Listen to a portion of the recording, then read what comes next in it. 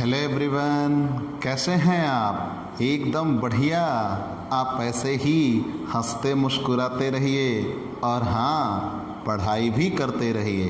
प्यारे बच्चों, आपका अपने इस YouTube channel Digvijay commerce classes पर स्वागत है। हम आपके लिए अपने इस YouTube channel Digvijay commerce classes पर बीकॉम के हर एक सब्जेक्ट की पूरी एक सीरीज़ लेके आ रहे हैं, जिसमें हम सारे रूल्स विद प्रैक्टिकल क्वेश्चन आपके लिए रेगुलर बेस पर, आपके लिए अपनी शर्तों पर, आपके घर बैठे आपकी पढ़ाई पूरी करके दे रहे हैं। आप सिर्फ इतना सुनिश्चित करिए, हमारे इस YouTube चैनल को अगर आप हमसे नए जुड़े हैं तो सबसे पहले सब्सक्राइब करिए, शेयर करिए, बेल आइकन दबाइए। प्यारे बच्चों, हम ये वादा करते हैं आपकी किसी भी पढ़ाई का कोई भी टॉपिक अधूरा नहीं होगा। अगर आप कॉमर्स के स्टूडेंट हैं तो आप घर बैठे अपनी पढ़ाई पूरी करिए और हमसे जुड़िए। ठीक प्यारे बच्चों, इसी क्रम में हमने कॉस्ट अकाउंटिंग की शुरुआत की और कॉस्ट अकाउंटिंग का सबसे पहला लेसन लागत के मूल तत्व हम आपको पढ़ा चुके हैं। हमने उसको एक तरफ से पूरा बता दिया था, लेकिन उसी पाठ का वो अंतिम चरण कुल लागत के विभिन्न अंग समझाना है। ठीक है, जो मैथमेटिकल पोर्शन होगा कुल लागत के विभिन्न अंग, वो हमें आपको बताना है। Components of total cost. क्या? Components of total cost. लेकिन उसके पहले आपको ये रिवाइज कर लेना बेहतर होता है। तो प्यारे बच्चों, बस 2 मिनट हम रिवाइज कर लेते हैं। जो नए छात्र जुड़े हैं उनको और भी समझ में आ जाएगा। ठीक है, चलिए। मैंने ये कहा था, बस 2 मिनट, मैंने ये कहा था किसी वस्तु विशेष को बनाने में जो खर्च होता है वही उस वस्तु की लागत होती है। लागत शब्द अधूरा होता है। लागत को हम क्लियरली डिफाइन नहीं कर सकते जब तक हम उसे किसी वस्तु विशेष से जोड़ नहीं देते। तो किसी वस्तु विशेष को बनाने में जो खर्च होता है वही उस वस्तु की लागत होती है। ठीक, चलिए ये बात जान लिया। लागत कितने टुकड़ों में बांटी गई? तो लागत को कितने टुकड़ों में बांट दिया था? 3। Material, labour, other. मटेरियल किसे कहते हैं? जिसकी सहायता से हम किसी दूसरी वस्तु का निर्माण करते हैं वही मटेरियल कहलाता है। और मटेरियल 2 टुकड़ों में टूटा, डायरेक्ट मटेरियल और इनडायरेक्ट मटेरियल। डायरेक्ट मटेरियल किसे कहेंगे? जिसके होने से उत्पादन ज़्यादा होगा और नहीं होने से उत्पादन नहीं होगा। मतलब जो सीधे तौर पर उत्पादन को प्रभावित करता है, उत्पादन की संख्या को बढ़ाता या घटाता है, उसे हम प्रत्यक्ष सामग्री कहते हैं, डायरेक्ट मटेरियल कहते हैं। और जो होता है तो व्यापार में खर्चे के तौर पर होता है, सामान बनाने में भी काम आता है, लेकिन उससे वस्तु की संख्या प्रभावित नहीं होती, उसे हम अप्रत्यक्ष सामग्री कहते हैं। जैसे मेज़ बनाते समय लकड़ी और कील दोनों लगती हैं, तो लकड़ी प्रत्यक्ष सामग्री है और कील अप्रत्यक्ष सामग्री है। बहुत से लोग ये सोचते हैं पेचकस वगैरह भी तो लगता है ना। बच्चा, पेचकस तो लूज टूल्स में आता है, वो फैक्ट्री है। ठीक है, याद रखना इस बात को। चलिए आगे आ जाते हैं। तो मटेरियल जान गए कि तो किसी वस्तु विशेष को बनाने में जो खर्च जिसकी सहायता से हम किसी वस्तु विशेष को बनाते हैं वो मटेरियल कहलाता है। मटेरियल 2 टुकड़ों में टूट गया, डायरेक्ट मटेरियल और इनडायरेक्ट मटेरियल। डायरेक्ट मटेरियल किसे कहेंगे? जो सीधे तौर पर उत्पादन को प्रभावित करता है, जिसके होने से उत्पादन की संख्या बढ़ जाएगी, ना होने से उत्पादन की संख्या घट जाएगी, उसे डायरेक्ट मटेरियल कहते हैं। इनडायरेक्ट मटेरियल किसे कहेंगे? जो व्यवसाय के उत्पादन कार्य में तो लगा है लेकिन उत्पादन की संख्या को प्रभावित नहीं करता, उसे इनडायरेक्ट मटेरियल कहता है। लेबर पे हम आ गए। जो किसी वस्तु विशेष को बनाने का काम करते हैं उन्हें लेबर कहते हैं, और उनको इस कार्य के लिए जो पारिश्रमिक दिया जाता है वो मजदूरी कहते हैं। मजदूरी भी 2 होती हैं, प्रत्यक्ष और अप्रत्यक्ष। जो मजदूरी निर्माण कार्य के लिए दी गई, मतलब किसी वस्तु को बनाने के लिए दी गई, उसे डायरेक्ट लेबर कहते हैं। और जो किसी अन्य कार्य के लिए मजदूरी दी गई उसे क्या कहते हैं? इनडायरेक्ट लेबर कहते हैं। मतलब लेबर भी कितनी हो जाएंगी? 2। जो मजदूरी निर्माण कार्य के लिए दी जाती है, किसी वस्तु को बनाने के लिए दी जाती है, उसे डायरेक्ट लेबर कहते हैं। और जो किसी अन्य कार्य के लिए दी जाती है उसे क्या कहते हैं? इनडायरेक्ट लेबर कहते हैं। जैसे मैंने उदाहरण दिया था, कारपेंटर को अगर मजदूरी दी जाए मेज़ बनाने के लिए डायरेक्ट लेबर है। और अगर किसी अन्य गेट कीपर को मजदूरी दी जाए वो इनडायरेक्ट लेबर है। इसे प्रोडक्टिव और इसे अनप्रोडक्टिव वेजेस कहता है। ठीक है, अदर पे आ गए। कुछ ऐसी भी वस्तुएं होती हैं जिन्हें बनाने में अन्य खर्चे भी होते हैं, जैसे सांचे लग जाए। मैंने ईंट भट्ठे का उदाहरण दिया था, सांचा लग जाता है तो वो अदर डायरेक्ट एक्सपेंसेस में आता है, मतलब इसके बिना वो सामान नहीं बनेगा। ठीक, और ये सीधे तौर पर उत्पादन की संख्या को प्रभावित करेंगे, उन्हें अदर डायरेक्ट कहते हैं। और ये फिर इनडायरेक्ट में क्या है, कोई भी सामान बनाना हुआ तो सामान बनाने के लिए आपके पास मटेरियल का होना आवश्यक है, लेबर का होना आवश्यक है। ये दोनों ही तो प्राइम होते हैं, मूल होते हैं, बिना इनके हम कोई सामान बना नहीं सकते। लेकिन इन दोनों के होने के बावजूद क्या अपने आप सामान बन जाएगा? नहीं, इन दोनों को हम किसी एक स्थान पे ले जाएंगे जहाँ पे ये उस सामान को बनाएंगे, उसे हम फैक्ट्री कहेंगे। वहाँ जितने खर्च होंगे वो जुड़ जाएंगे।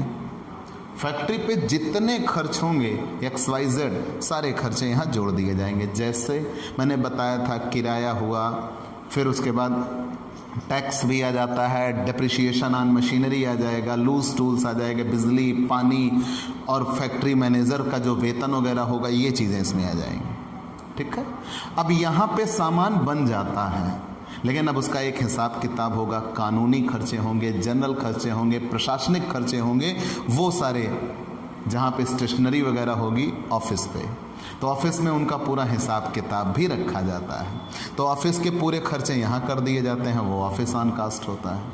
फिर हम आते हैं, सामान बन के यहाँ तैयार हो जाता है, सब पूरा उनका रिकॉर्ड भी मौजूद हो जाता है। अब यहीं से सामान बेचा जा सकता है। अगर वो इतने केपेबल हों कि उन्हें बिक्री का खर्च करने की कोई आवश्यकता नहीं है तो यहाँ से वो सामान बेच सकता है। अगर फैक्ट्री से सीधे तौर पर कह लीजिए सामान बिक जाता है तो उससे जो फैक्ट्री को फ़ायदा होता है वो ग्रॉस प्रॉफिट कहलाता है। मतलब बिना बिक्री का खर्च किए अगर संस्था ने सामान बेच दिया तो उसे ग्रॉस प्रॉफिट कहता है। लेकिन जब बिक्री का खर्च करके बेचें तो मतलब जब सामान बनाया है तो उसे जन जन तक पहुंचाएंगे, और जन जन तक पहुंचाने के लिए जो खर्च करेंगे उसे सेलिंग कहा जाता है। सेलिंग के खर्चों में जोड़ दिया जाता है, जैसे विंडो ड्रेसिंग, विज्ञापन, ये सब प्रचार प्रसार के लिए जो हथकंडे अपनाती हैं वो सब सेलिंग में आ जाता है। फिर डिस्ट्रीब्यूशन, जहाँ पे सामान बिकेगा उस विक्रय स्थल तक पहुँचाने के लिए जो खर्च किए जाते हैं वो किस में आ जाते हैं? डिस्ट्रीब्यूशन। सेलिंग और डिस्ट्रीब्यूशन को एक साथ रखा जाता है, लेकिन आप ये जानिए ये बिक्री बढ़ाने के लिए किए जाते हैं और ये बिक्री स्थल तक पहुंचाने के लिए किए जाते हैं। तो जब सेलिंग और डिस्ट्रीब्यूशन खर्चे जोड़ देने के बाद हम सामान बेचेंगे तो जो फायदा आएगा उसे नेट प्रॉफिट कहता है। ठीक है, ये इतना तो हम पिछले वीडियो में बता चुके थे, उसकी डिस्क्रिप्शन, उसकी लिंक आपको इस डिस्क्रिप्शन में हमारे मिल जाएगी। ठीक है, तो आज बिना इसको बताए हम आगे आ नहीं सकते थे। ठीक है, तो आज आपको जानने हैं कंपोनेंट्स ऑफ टोटल कॉस्ट। क्या जानना बच्चों? Components of total cost. चलिए हम एक तरफ से आते हैं, तो आप इसका स्क्रीनशॉट रख लीजिएगा, आपके बहुत काम आएगा। ये पूरा 10 नंबर का क्वेश्चन है जो एग्जाम में आता है। लेकिन अगर आप कंपोनेंट्स ऑफ टोटल कॉस्ट के साथ बना देंगे तो कहने ही क्या, मतलब सोने पे सुहागा।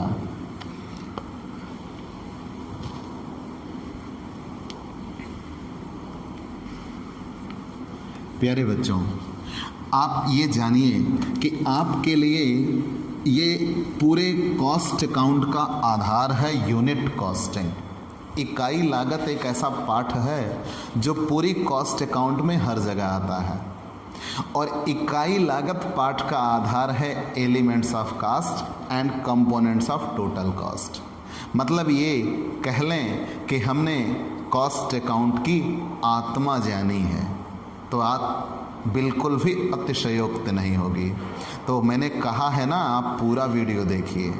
जब आप पूरा वीडियो देखेंगे तब आपको उस भूमिका का पता लगेगा। जैसे आपने ये सोचा यार ये तो वही पुराना, तो फिर बिना पढ़ाए पीछे का थोड़ा सा रिमाइंड कराए हम आगे कैसे आ सकते हैं?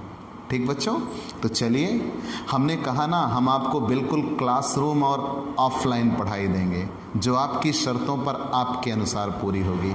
प्यारे बच्चों, हम एक बात यहाँ बनाते हैं। मान लीजिए हमें कोई वस्तु बनानी है, सोच के देखना बच्चों, हमें कोई वस्तु बनानी है। आप अपने दिमाग से सोचो, वस्तु बनाने के लिए आप क्या करोगे? वस्तु बनाना है, आप जो सोचते जाओ करते जाओ वही हम यहाँ लिखते जाएंगे। मतलब आप सोचो अपने यहाँ अपने घर बैठे, वो आपको आपके बोर्ड पे मिलेगा, ये मेरा दावा है। ठीक क्या? चलो कोई भी वस्तु ले लो, कोई एक वस्तु ले लो, हमें वस्तु बनानी है। तो वस्तु बनाने के लिए आप सबसे पहले क्या लेके आइएगा? मटेरियल। जी हाँ, बिना मटेरियल के तो कोई वस्तु ना बनेगी। सबसे पहले हमें मटेरियल चाहिए। मटेरियल जब हमें मिल जाएगा, अभी उसके खर्चे हम अलग अलग करके निकालेंगे। जब हमें मटेरियल मिल जाएगा, क्या मटेरियल अपने आप बन जाएगा, सामान के रूप में बदल जाएगा? नहीं, कोई एक ऐसा भी होगा जो उससे किसी वस्तु का निर्माण करेगा। उन्हें आप क्या कहिएगा? लेबर। और ये दोनों ही तो मेन होते हैं, बिना इनके कोई सामान नहीं बनता। जब ये दोनों इकट्ठा हो गए, कौन कौन? मटेरियल और लेबर, फिर हम इन्हें ले जाएंगे फैक्ट्री पे, जहाँ पे ये सामान बनाएंगे। ठीक है? तो जब सामान बन जाएगा तो उनका पूरा एक रिकॉर्ड भी रखा जाएगा, जहाँ पे वहाँ उसे क्या कहा जाएगा? ऑफिस। तो यहीं से सामान बेचा जा सकता है। ठीक है?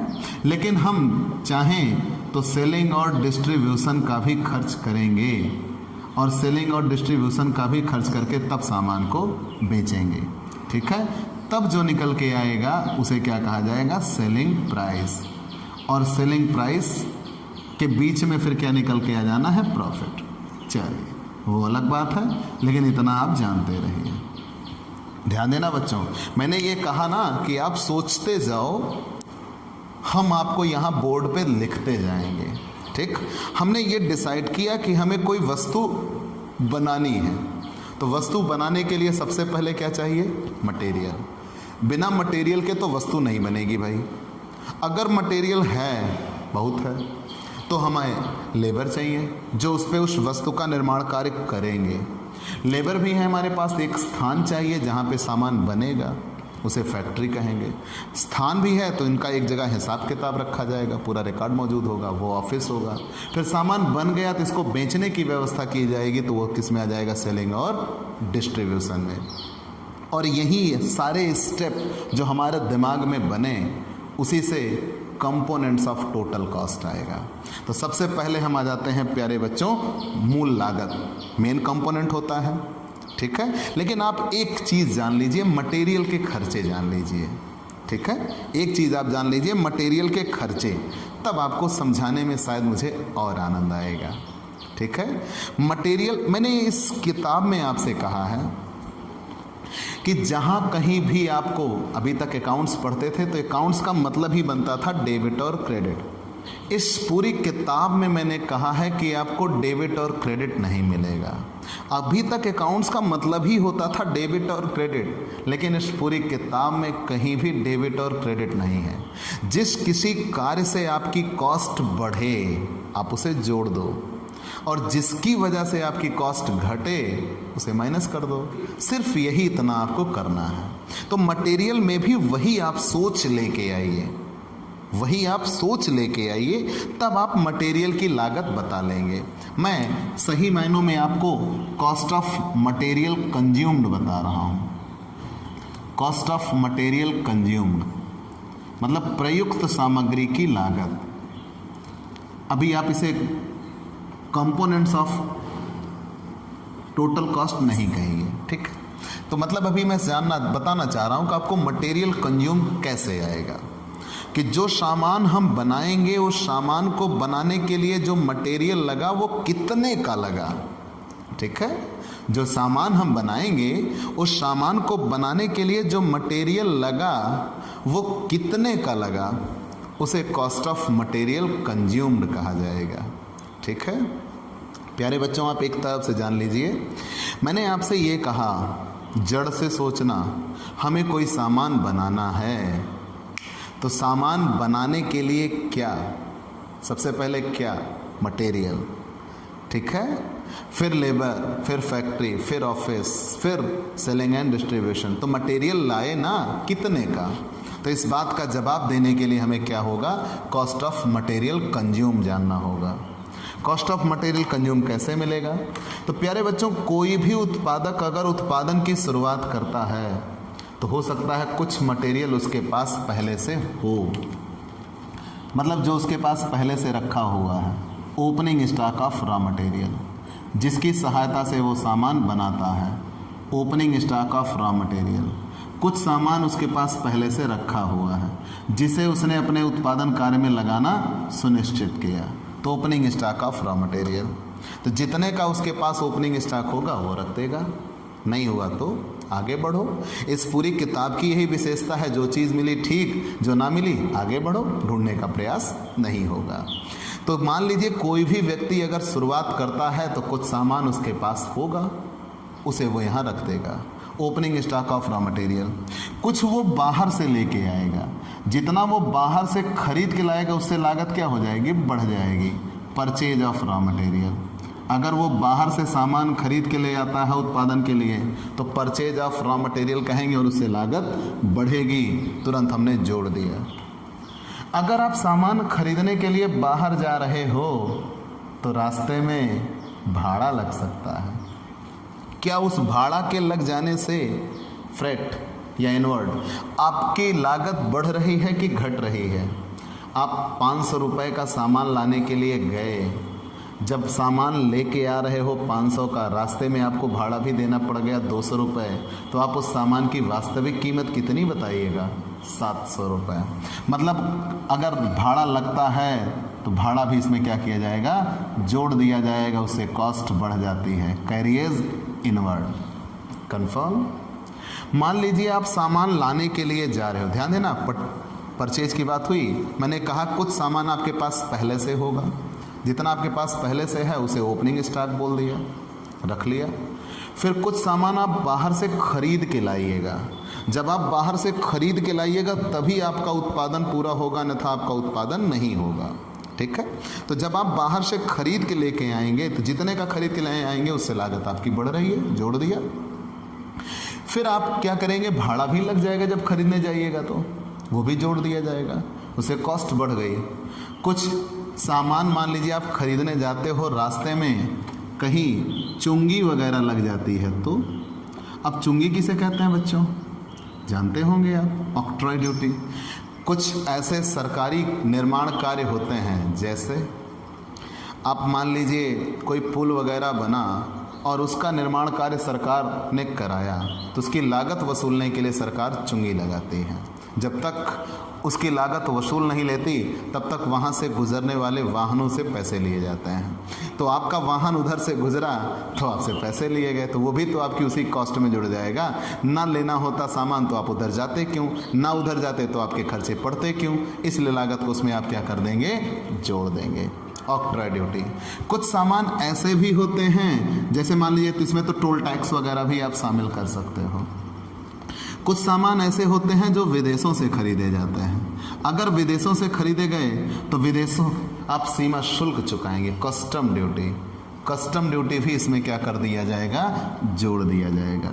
मतलब यहाँ वो सारी चीज़ें जुड़ रही हैं जिनके होने से आपकी लागत क्या हो रही है? बढ़ जा रही है। ठीक है, ये सारी चीज़ें तो आपने जोड़ दिया। लेकिन मान लीजिए कुछ सामान ऐसा भी मिल सकता है कभी कभी कि जो दूसरे स्थान पे रखा था वो आपके पास आ गया, वो भी आप यहाँ जोड़ देंगे। खैर, अब उसकी आपको आवश्यकता नहीं है। लेकिन इतना लग जाने के बाद फिर आपने इसका ग्रैंड टोटल कर लिया। फिर कोई ऐसा सामान होगा जो आप अपने उत्पादन से हटा रहे हो, ध्यान देना, उत्पादन से निकाल रहे हो कि अभी हमें इसका प्रयोग नहीं करना। जैसे जितना सामान आपने बनाया, खरीदा, लगाया, उसमें से कुछ आप माइनस कर दोगे, क्लोजिंग के तौर पर रख दोगे, तो उत्पादन के कार्य में आप उसका इस्तेमाल इस बार नहीं कर रहे हो, तो वो तुरंत इसमें से क्या कर दिया जाएगा? माइनस कर दिया जाएगा। Closing stock of raw material, closing stock of raw material minus कर दिया जाएगा। हो सकता है कोई ऐसा सामान हो जो वेस्टेज हो जाए, तो वेस्टेज ऑफ रॉ मटेरियल वो भी यहाँ से क्या कर दिया जाएगा? माइनस कर दिया जाएगा। कभी कभी क्या होता है कि हम सामान खरीद के लेके आते हैं, ये वेस्टेज क्यों माइनस हो गया? क्योंकि ये खरीदा ज़रूर था लेकिन हमारे लागत में ये आया नहीं, उत्पादन प्रक्रिया में इसको हम शामिल नहीं किया, माइनस कर देंगे। कभी कभी ऐसा होता है कोई सामान हम खरीद के आते हैं लेकिन हमारे काम का नहीं दिखा तो हम बेच देते हैं, सोल्ड ऑफ रॉ मटेरियल, तो रॉ मटेरियल ही हम बेच देते हैं, तो ये सब हम क्या कर देंगे, माइनस कर देंगे। इतना माइनस करने के बाद जो निकल के आएगा उसे ही रॉ मटेरियल कंज्यूम्ड बोला जाएगा, प्रयुक्त कच्ची सामग्री की लागत।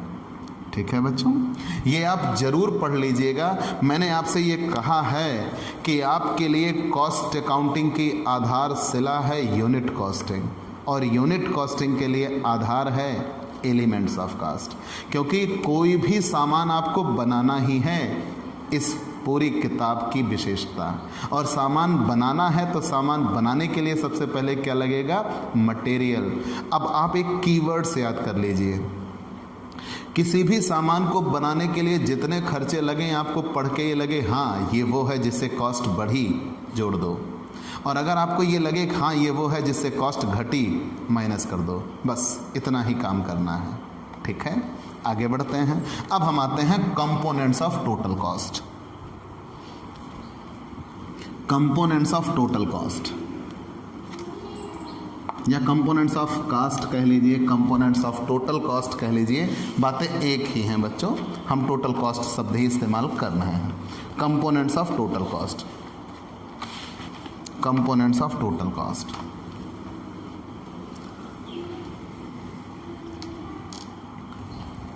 सबसे पहले components of total cost heading डाल लेते हैं भाई, कंपोनेंट्स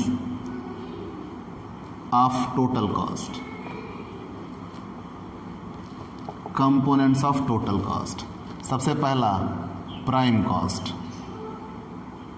सबसे पहला प्राइम कॉस्ट जिसे मूल लागत कहता है। ध्यान देना बच्चों, ये 2 नंबर का एक छोटा क्वेश्चन भी आता है, मूल लागत, प्राइम कॉस्ट। प्राइम कॉस्ट है क्या, कंपोनेंट्स ऑफ टोटल कॉस्ट में सबसे पहला आपको मिला मूल लागत। परिभाषा पे आ जाइए, 2 नंबर का एक क्वेश्चन बनता है, मूल लागत किसे कहते हैं। ठीक, तो परिभाषा सभी यहाँ पे ये जितने कंपोनेंट्स ऑफ टोटल कॉस्ट मिलेंगे सब 2 नंबर के क्वेश्चन हैं, और एग्जाम में इनमें से कोई ना कोई तो ज़रूर मिल जाएगा। ठीक है, आगे आते हैं। तो मूल लागत किसे कहते हैं, हर वर्ष ये एग्जाम में आता है। ठीक, तो मूल लागत किसे कहेंगे, सभी प्रत्यक्ष खर्चों का योग प्राइम कॉस्ट कहलाता है। ठीक, क्या बना, मैंने क्या कहा, सभी प्रत्यक्ष खर्चों का योग प्राइम कॉस्ट कहलाता है। मतलब अभी आपने जब चार्ट बनाया था, याद करिए चार्ट क्या था, पहले लागत के मूल तत्व, लागत के मूल तत्व कितने टुकड़ों में टूटा, 3, सामग्री, श्रम और अन्य। सामग्री में 2 प्रत्यक्ष अप्रत्यक्ष, श्रम में 2 प्रत्यक्ष अप्रत्यक्ष, अन्य में 2 प्रत्यक्ष अप्रत्यक्ष। तो तीनों में जितने प्रत्यक्ष थे सभी प्रत्यक्ष खर्चों का योग प्राइम कॉस्ट कहलाता है। ठीक, बस परिभाषा इतनी ही है। मतलब प्राइम क्यों कहा जाता है, मूल, जड़, क्योंकि बिना इनके कोई भी उत्पादन हो नहीं सकता, तो ये किसी भी उत्पादन की आधारशिला होते हैं, इसीलिए इनको प्राइम कहा जाता है। आप सामान बनाने की सोच रहे हो और जिद पे अड़े हो कि बिना मटेरियल के सामान बनाएंगे, बना सकते हैं क्या? आपने सोच लिया बिना लेबर के सामान बनेगा, बन जाएगा क्या? मशीन से बनाओगे, मशीन चलाएगा कौन? उसके लिए तो चाहे एक लेबर ही क्यों ना लगे, लगेगा तो मुद्दा यह है कि बिना इनके सामान नहीं बना सकते। ठीक, तो इसीलिए इनको मूल लागत कहा गया है। तो कौन कौन? प्राइम कॉस्ट बराबर, अब ये फॉर्मूला, इसे जनरली हम पीसी बोलते हैं। प्राइम कॉस्ट बराबर डायरेक्ट मटेरियल, जितनी प्रत्यक्ष सामग्री थी वो, plus direct wages. Direct wages generally यहाँ हम इस्तेमाल करते हैं यही 2 चीज़। ठीक है, लेकिन कहीं कहीं अदर डायरेक्ट एक्सपेंस भी मिलता है, तो अगर अदर डायरेक्ट एक्सपेंस भी मिला तो वो भी जुड़ जाएगा। तो प्राइम कास्ट के लिए आपको क्या इस्तेमाल करना है? डायरेक्ट मटेरियल, डायरेक्ट वेजेस या लेबर जिसे बोलते हो, other direct expense, prime cost आ गया। तो परिभाषा क्या बनी बच्चों? सभी प्रत्यक्ष खर्चों का योग प्राइम कॉस्ट कहलाता है। और प्रत्यक्ष खर्चों में क्या क्या मिला? डायरेक्ट मटेरियल, डायरेक्ट वेजेज और डायरेक्ट अदर एक्सपेंसेस। ठीक है। तो ये वे खर्चे होते हैं जो सीधे तौर पर किससे संबंधित होते हैं, उत्पादन से संबंधित होते हैं। और उत्पादन के सारे प्रत्यक्ष खर्चे जोड़ दिया, प्राइम कॉस्ट कहलाई। प्राइम क्यों कहा गया, क्योंकि बिना इनके हम किसी वस्तु को बनाने की सोच नहीं सकते, बिना इनके निर्माण नहीं हो सकता, इसीलिए इसको प्राइम कहा जाता है, मूल कहा जाता है। ठीक है, एक चीज समझ में आ गई, कंपोनेंट्स ऑफ टोटल कॉस्ट। अब फिर हम दूसरे नंबर पे आते हैं वर्क कॉस्ट, जिसे कारखाना लागत कहा जाता है। क्या कहा जाता है, कारखाना लागत।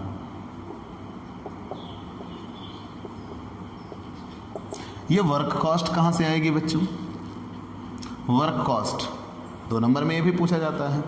तो वर्क कॉस्ट का मतलब यह है कि किसी भी वस्तु के जो खर्चे होंगे, मूल लागत, मूल लागत में जैसे ही हम फैक्ट्री का खर्च जोड़ देंगे, अन्य अप्रत्यक्ष व्ययों में जैसे ही हम फैक्ट्री के खर्चे जोड़ देंगे, उसे ही क्या कहा जाएगा, कारखाना लागत कहा जाता है, वर्क कॉस्ट कहा जाता है।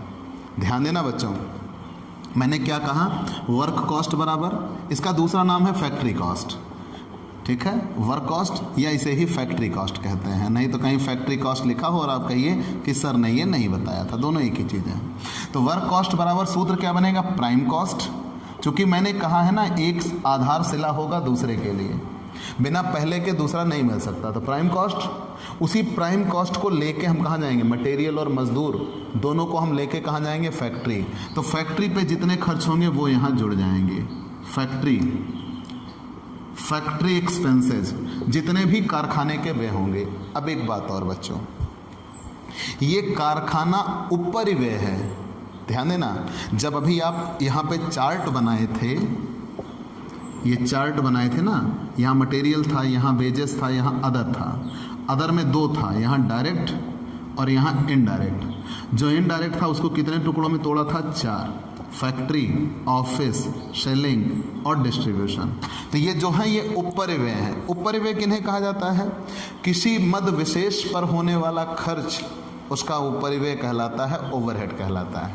जैसे केवल कारखाने का खर्च, केवल फैक्ट्री पे जितना खर्च हो रहा हो वो फैक्ट्री उपरिव्यय है, और फैक्ट्री तक जितने खर्च हो चुके हों वो वर्क कॉस्ट है। तो फैक्ट्री तक जितने खर्च हो चुके हो, तो पहले मटेरियल, मजदूर, अन्य, ये सारे खर्चे जोड़ के फिर हम उनको लेके आएंगे फैक्ट्री पे। तो जब मटेरियल, मजदूरी, ये सब चीज़ें जोड़ दिया तो प्राइम कॉस्ट, और प्राइम कॉस्ट में जैसे ही फैक्ट्री के खर्च जोड़ दिया तो वो क्या कहलाएगा, वर्क कॉस्ट, कारखाना लागत। मतलब कारखाना लागत बड़ी है और कारखाना उपरिव्यय छोटा है। कारखाना उपरिव्यय सिर्फ और सिर्फ एक मद विशेष पर होने वाला खर्च है, इसीलिए पूछा जाता है उपरिव्यय और लागत में अंतर। तो उपरिव्यय क्या है, वो किसी मद विशेष पर होने वाला खर्च है, और टोटल लागत में क्या आती है, पूरा अब तक जितना खर्च हो चुका हो। ठीक है, आगे बढ़ जाते हैं। तो वर्क कॉस्ट के बाद तीसरा कंपोनेंट आपको क्या मिलेगा, ऑफिस कास्ट, या जिसे हम कहते हैं कॉस्ट ऑफ प्रोडक्शन। क्या मिलेगा, कॉस्ट ऑफ प्रोडक्शन, उत्पादन की लागत, उत्पादन की लागत, कॉस्ट ऑफ प्रोडक्शन, उत्पादन की लागत। ध्यान देना बच्चों, इसे कार्यालय लागत भी कहा जाता है, ऑफिस कास्ट। इसे कार्यालय लागत भी कहा जाता है, ऑफिस कास्ट कहा जाता है। कैसे, तो पहले आपको एक एक आधार मिलता जाएगा, उसी से हम दूसरा आगे बढ़ाते चले जाएंगे। जैसे बिना मटेरियल और मजदूरी के, जैसे यहाँ पे मैंने लिखा था ना, मटेरियल और लेबर, इन दोनों को जोड़ दिया तो प्राइम कॉस्ट आ गया। प्राइम कॉस्ट में फैक्ट्री को जोड़ दिया तो वर्क कॉस्ट आ गया। अब वर्क कॉस्ट में हम किसको जोड़ेंगे, ऑफिस को, तो यही आ जाएगा कॉस्ट ऑफ प्रोडक्शन। तो कॉस्ट ऑफ प्रोडक्शन कैसे आएगा, तो कॉस्ट ऑफ प्रोडक्शन बराबर वर्क कॉस्ट, मतलब कारखाना लागत में जैसे ही हम ऑफिस के खर्चे जोड़ देंगे, ऑफिस एक्सपेंसेस। अब ऑफिस के खर्चों में क्या होगा, वो सारे खर्चे ऑफिस के, ध्यान देना, जो कार्यालय पर किए जाते हैं, जैसे जनरल, कानूनी, प्रशासनिक खर्चे, ये सारे खर्चे जोड़ देने के बाद तब जो निकल के आएगा उसे ही हम क्या कहेंगे, कार्यालय लागत कहेंगे, ऑफिस कॉस्ट कहेंगे, या उसी का दूसरा नाम कहा गया है कॉस्ट ऑफ प्रोडक्शन। अगर ऑफिस कॉस्ट आ गई तो हमें टोटल कॉस्ट निकालना होगा। क्या निकालना होगा? Total cost. ऑफिस कॉस्ट आ जाने के बाद टोटल कॉस्ट, कुल लागत।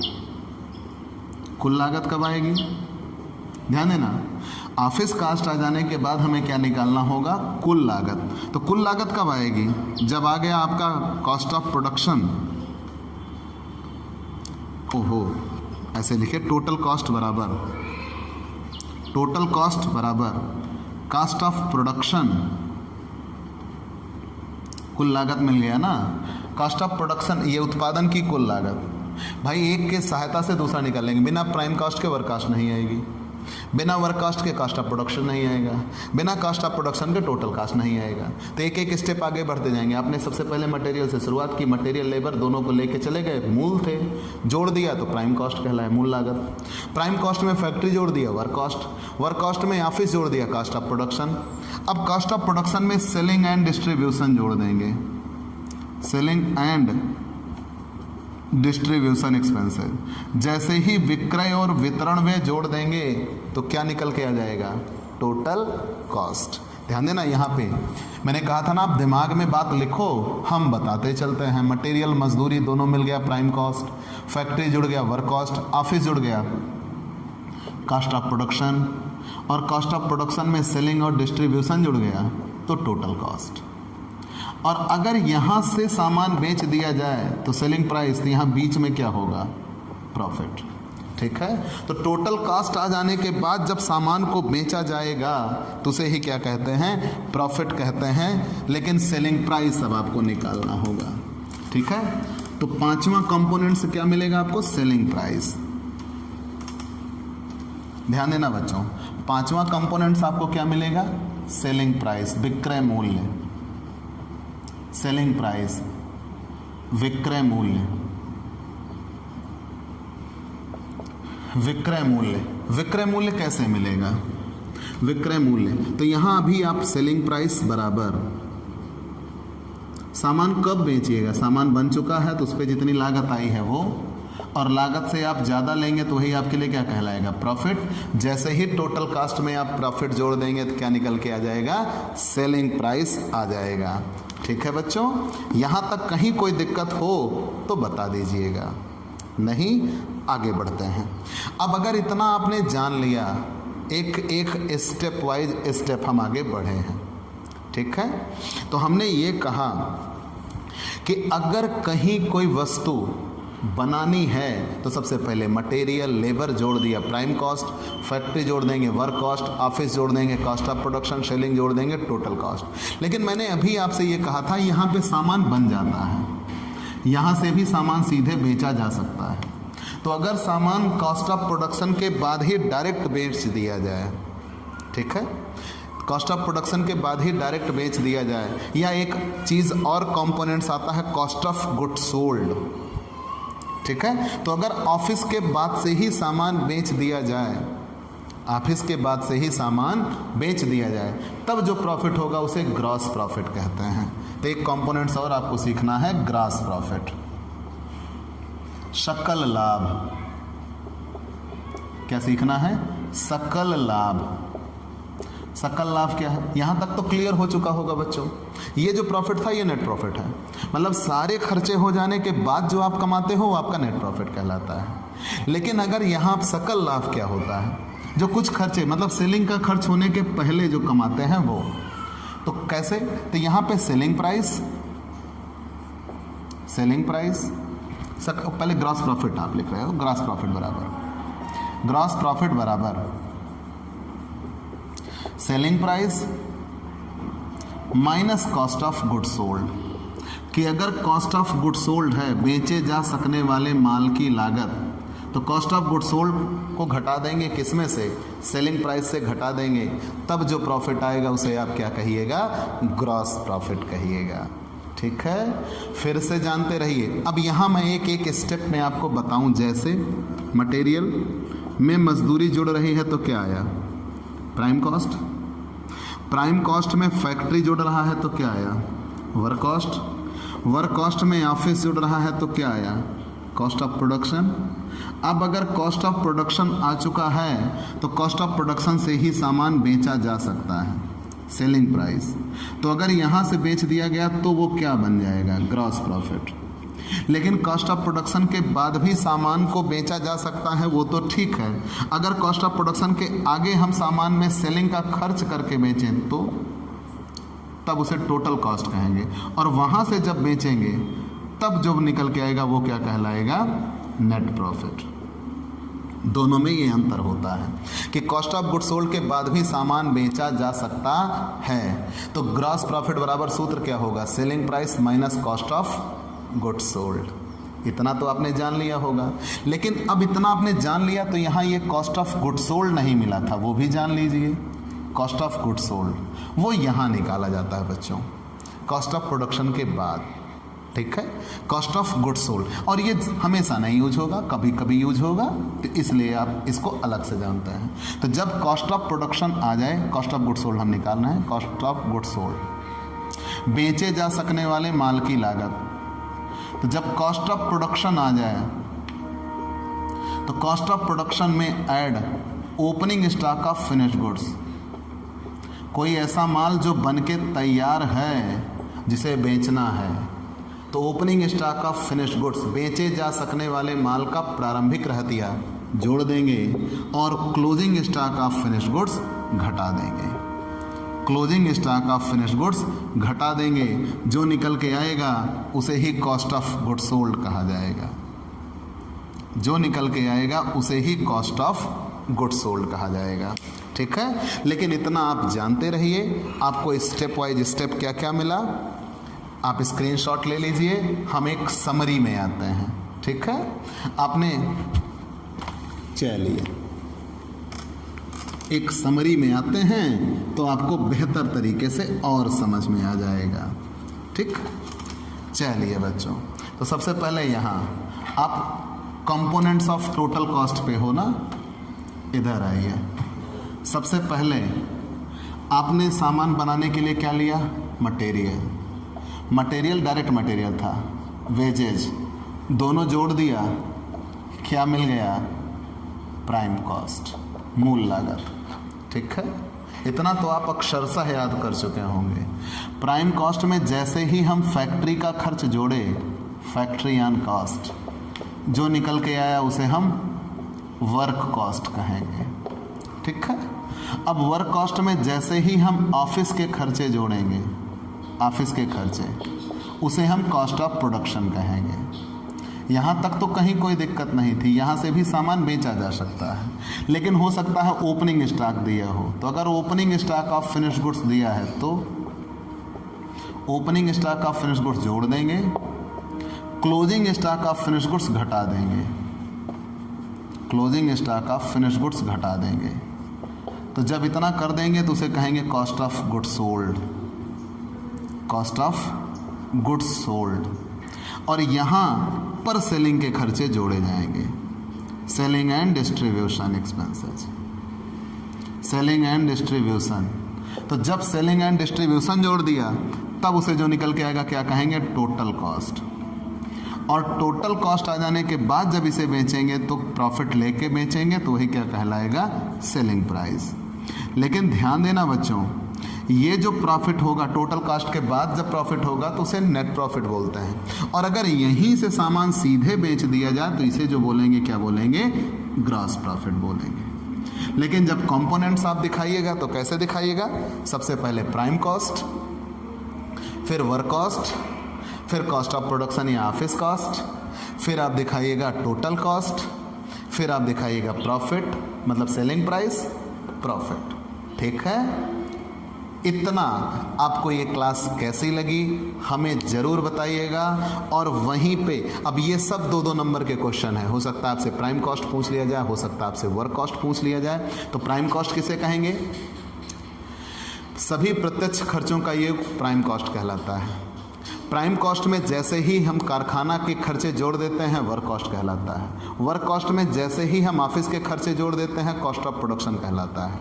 कॉस्ट ऑफ प्रोडक्शन में से निर्मित सामग्री का प्रारंभिक रहतिया जोड़ के निर्मित सामग्री का अंत या निर्मित वस्तु का अंतिम रहतिया घटा देंगे, कॉस्ट ऑफ गुड्स सोल्ड कहलाता है।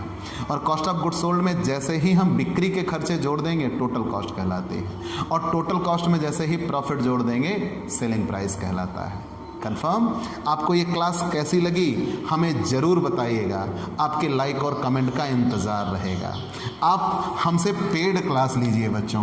पेड क्लास पाने के लिए आप हमारे व्हाट्सएप नंबर 9984358237 पर व्हाट्सएप करिए, मैसेज करिए। आपको पेड क्लास की पूरी जानकारी दे दी जाएगी और आपके हर एक टॉपिक के हर एक प्रैक्टिकल क्वेश्चंस रेगुलर बेस पर आपको मिलते रहेंगे। ठीक? आप ये जानते हो बच्चों कि हर एक चीज़ पब्लिक कर पाना हमारे लिए पॉसिबल नहीं है। मतलब ये कि आप हमसे पेड क्लास लेना सुनिश्चित करिए और आपकी पढ़ाई हम सुनिश्चित करते हैं आपकी पढ़ाई सबसे बेहतर होगी। अगर आप नए जुड़े हैं तो सबसे पहले हमारे चैनल को सब्सक्राइब करिए, शेयर करिए, बेल आइकन दबाइए ताकि आपको हमारे लेटेस्ट वीडियोज़ के अपडेट मिल सकें। तो चलते हैं दोस्तों, बाय बाय दोस्तों।